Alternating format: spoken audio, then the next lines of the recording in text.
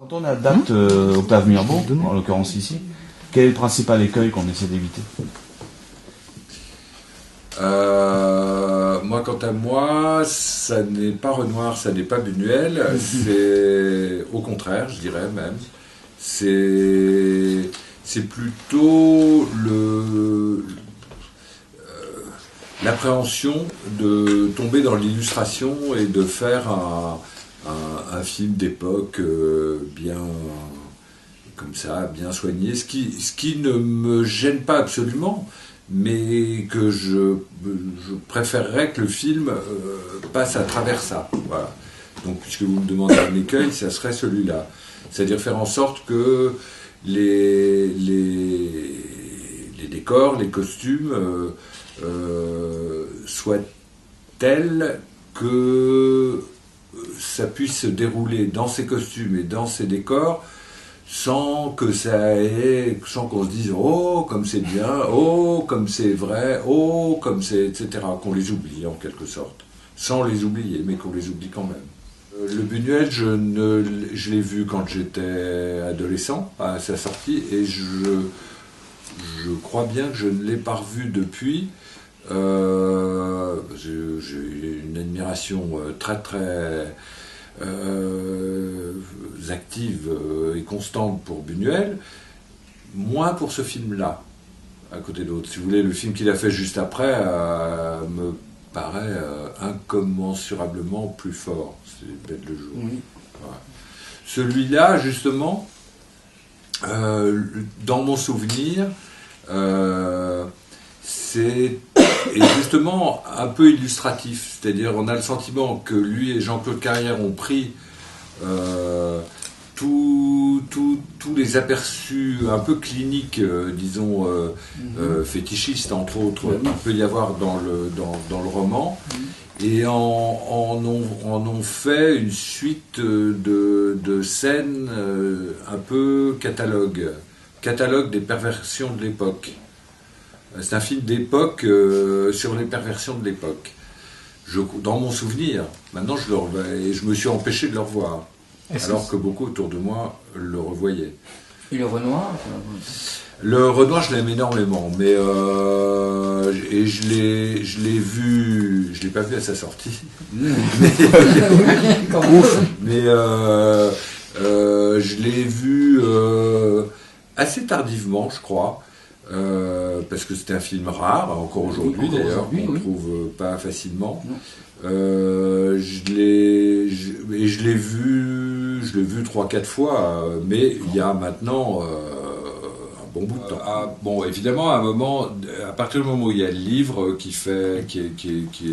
consiste en 400 ou 500 pages, comme d'ailleurs pour les précédents films, celui de Renoir ou celui de Buñuel, chacun fait son marché, si je puis dire, chacun fait son choix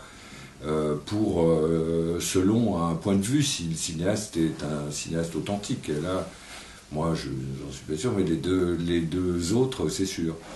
Donc, moi, j'ai voulu ne jamais, en tout cas, quitter le point de vue de Célestine, la femme de chambre, et tenter de creuser le présent qu'elle vit par des réminiscences qui viennent en écho de ce qu'elle est en train de vivre.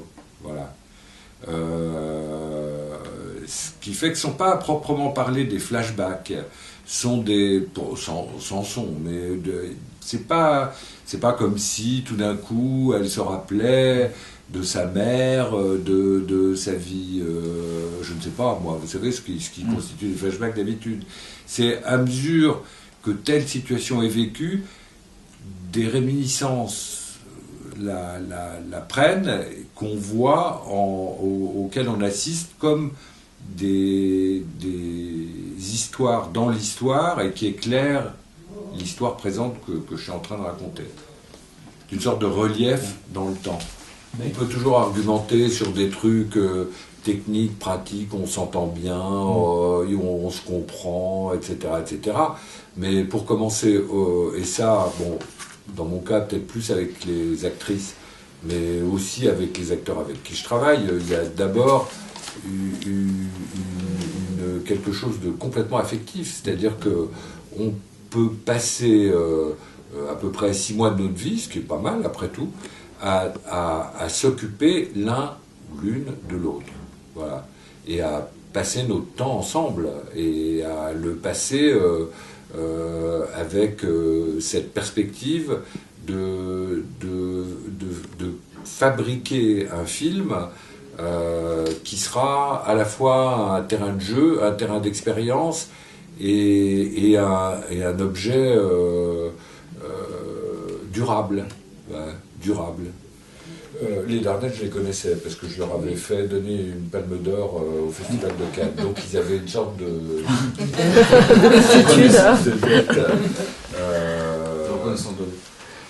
en tout cas, voilà. Donc mais c'est voilà, j'ai vu la fille qui s'occupe, la personne qui s'occupe pour eux de ces histoires de production. J'ai vu avant.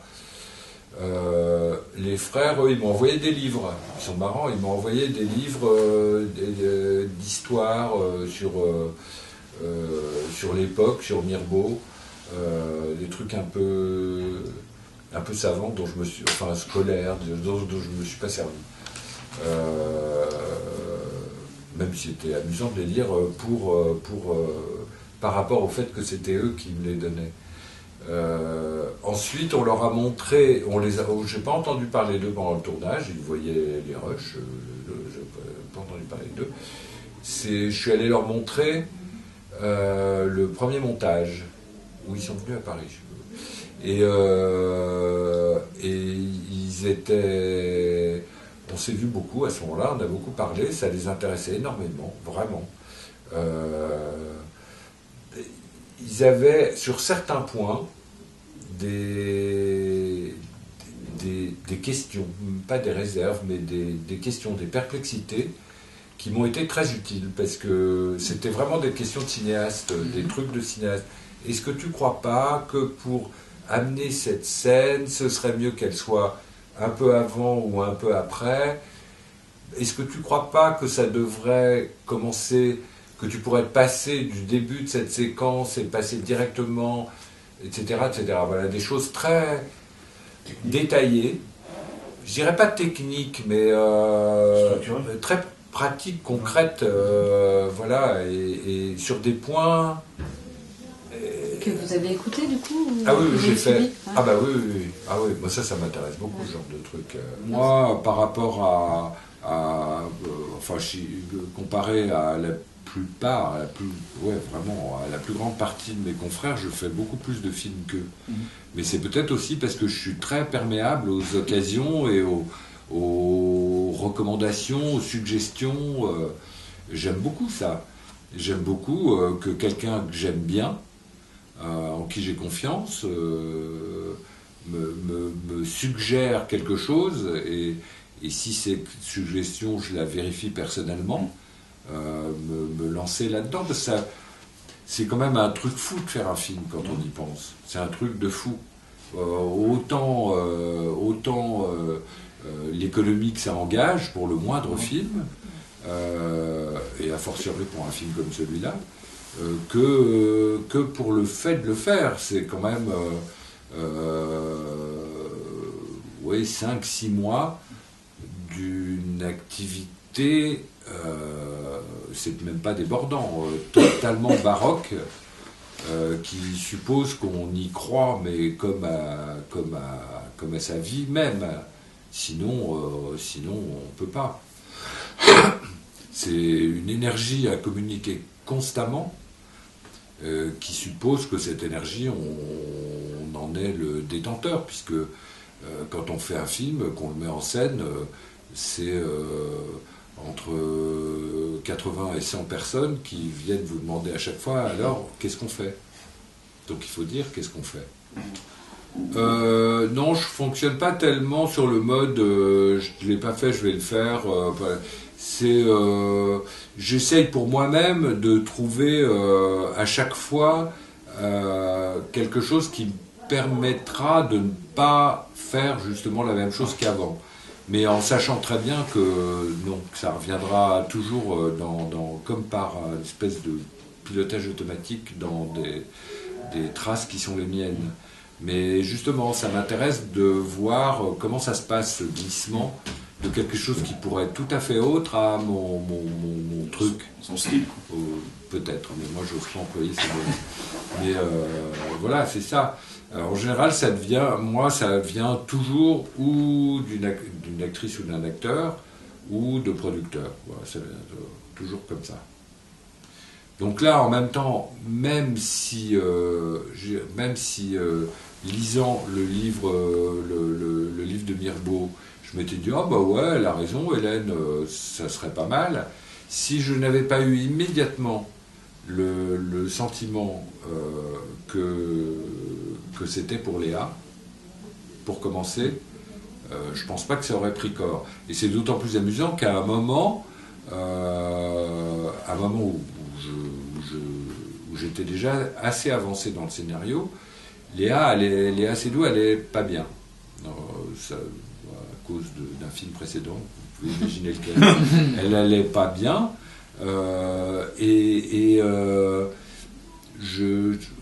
On pensait tous les deux que c'était peut-être pas le moment de remettre ça. Donc il y a une actrice très très connue dont je savais, qui m'avait fait savoir qu'elle avait envie de tourner avec moi, donc je lui avais donné le scénario, et ça me plaisait de faire le film avec elle, c'est Marion Cotillard, ça me plaisait de faire le film avec elle, mais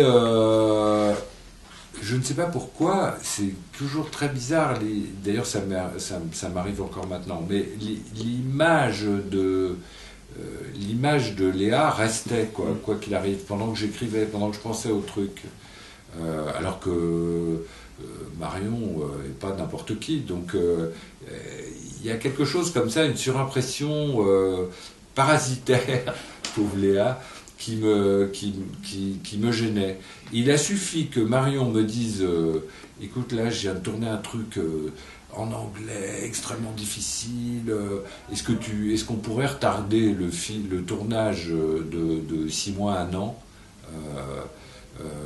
en plus Guillaume veut faire un film avec moi, donc ça peut être dans cette période et ça l'embête. Si on retardait tout de 6 mois à 1 an, ça serait vraiment formidable. Et Léa est arrivée tout de suite. Elle était prête d'ailleurs. Elle était et comme Vincent Landon était aussi... pas du tout.